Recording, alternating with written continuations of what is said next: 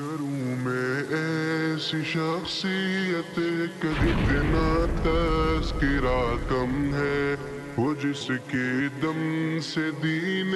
حق کی جام آج تک دم ہے، جو دربار نبی دربار رب میں با اثر ٹھہرا، جو بعد از انبیاء دنیا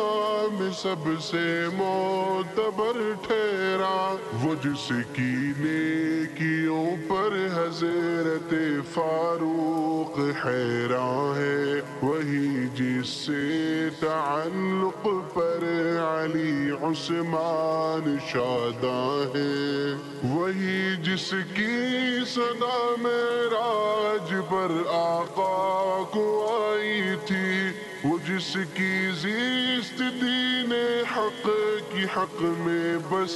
بھلائی تھی، وہی جو سب سے پہلے مردوں میں ایمان لایا تھا، وہی جس نے حرم میں ڈٹ کے قرآن بھی سنایا تھا، وہی جس نے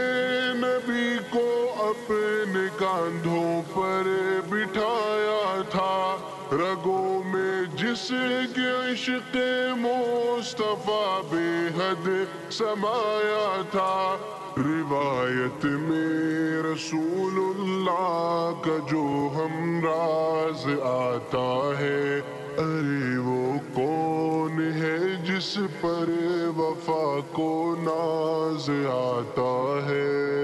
رسول اللہ کا پیارا سسر صدیق اکبر ہے، کہو لوگو یہی بار دیگر صدیق اکبر ہے، اسی صدیق اکبر کو میں اپنا پیر لکھتا ہوں، صحابہ کے مبارک قافلے کا امیر لکھتا ہوں، یوں ہی لکھتا رہوں تو زندگی کی شام ہو جائے، مگر ممکن نہیں اس کام کا اتمام ہو جائے، کتابوں میں پڑھا میں نے بزرگوں نے سنایا ہے، یہ قصہ ہجرت نبوی کا ہے جس نے رلایا ہے، لو آؤ آج یہ قصہ سنو میری زبانی، سب کمی بیشی پہ دینا تو معافی اے ہمارے رب، ہوئے جب حد سے بے حد بڑھ کے ظلم اسلام والوں پر، خدائے پاک کی رحمت نے بھی پھیلائے اپنے پر، ہوا حکم خدا یثرب کی جانب کوچ کر جاؤ، وہ بستی امن کی بستی ہے، تم اس میں سکون پاؤ، نبی کی جان لینے کے ارادے سے بڑے کفار ہوئے تھے جمع، لیکن سامنے تھے حیدر کرار، نبی نے ان کو ان سب کافروں کی ہی امانت کا بنایا تھا، امی دے کر ثبوت اپنی صداقت کا،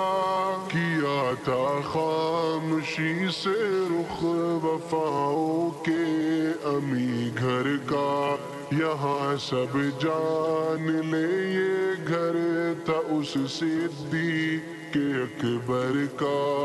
رسول اللہ نے ہجرت کی شب ان کو بلایا تھا، یہاں سے ہم مدینہ جائیں گے ان کو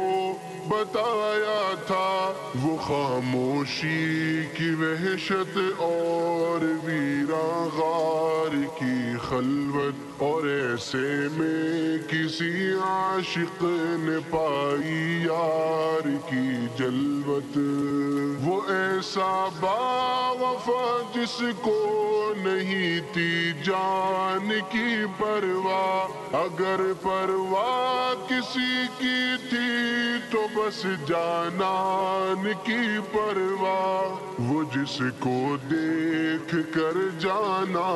کہے اے یار لا تحزن، خدا ہے ساتھ اپنے اے میرے غم خار لا تحزن۔ کسی سوراخ سے ابلیس کی اولاد آ نکلی، کہ جیسے سانپ کی وہ کاٹنے کی ضد نہیں جاتی، مگر جانان کی نیند اپنی ہر تکلیف سے بڑھ کر